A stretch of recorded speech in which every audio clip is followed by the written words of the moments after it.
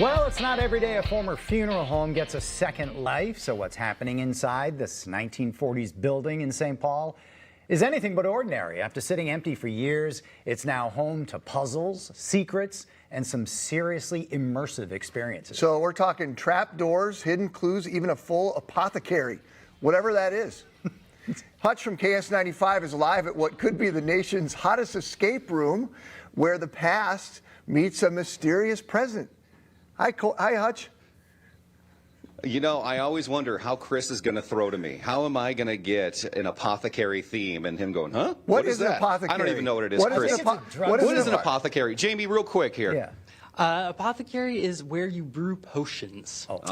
Chris knows about brewing. Yeah, so he's all about that one. But yeah, we're here with Jamie. He's the co-owner here of the Lodge of Lazarus Cove. Let's talk about this place real quick. They mentioned funeral home. It hasn't been used for many years now, almost 10 years now, but you guys saw this sitting empty and you're like, perfect escape room.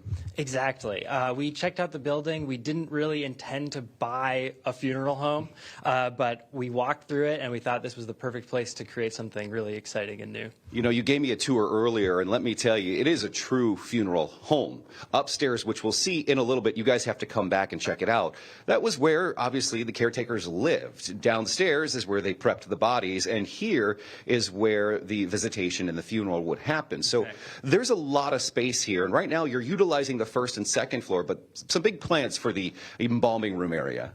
That's right. We will eventually be able to get 3 floors open in this building. It will be at least 10 to 12 different experiences for people to go through, and we're really excited about the future of this project. You know, we talked about how this could be one of the best in the nation. In fact, only a couple more minutes for people to vote as the best escape room in the nation. How did that come about?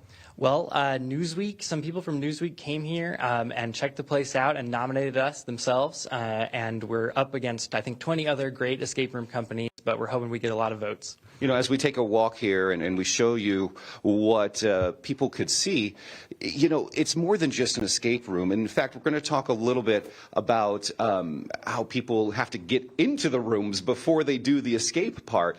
And the best part about this, there are drinks and there is food, which is really rare for a lot of escape rooms, and some really crafted cool drinks that we've tried. You know, my fiance and I were out here and we're like, we got to come here again. Just to even have a drink here is cool. Thank you. I mean, I helped create that drink menu. I'm very excited about it. And yeah, the biggest question we get, the most common question we get in other escape room facilities that we run is, where can we go for drinks afterwards? So now we have the bar here. You can come right here. So let's talk about different rooms here. We're going to show you some more in just a second, but it's really immersive. You're not just stuck in one room. In fact, you might be trying to solve a puzzle while people are trying to solve another, and it's really kind of immersive in the fact that it could get a little chaotic.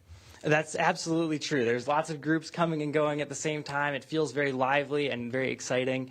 It's very fun to sort of see other people doing things in the halls and think, what are they up to? I wonder if I can play that one next. How many games do you actually have? Right now we have 7 different experiences that take you through the halls, and a few more that you can actually do just in the bar and cafe. And we do want to say they're not all funeral based. It's not like people are coming here trying to solve a murder in every single room. It's really different. Exactly. The whole thing is themed for a supernatural secret society that collects magical artifacts. We're going to show you some other places here in just a second, but I do want to tell you, before you even get into the room, you have to solve a clue to get into that room. Explain that. Yeah, so part of the use of the space is having these interesting common areas and hallways that every group has to explore. And so to get into the private room for just your group, you're going to have to solve a puzzle using your artifact that you are given at the beginning of the experience. We can't wait to go upstairs. You guys are going to have to check it out. I can't wait for some Minnesota Life team building here and see who still remains friends after coming here. At least me and my fiance, we're still getting married after this one, but we still have more rooms to do. So guys, I think we should come out here and check it out. Yeah, tell the guy there, I'm getting his vibe. I think that's an Edgar Allan Poe reference with his shirt. Is that the Raven? Am I correct? That is the Raven on your shirt. Ken wants to borrow it or buy it from you. I'm not sure which.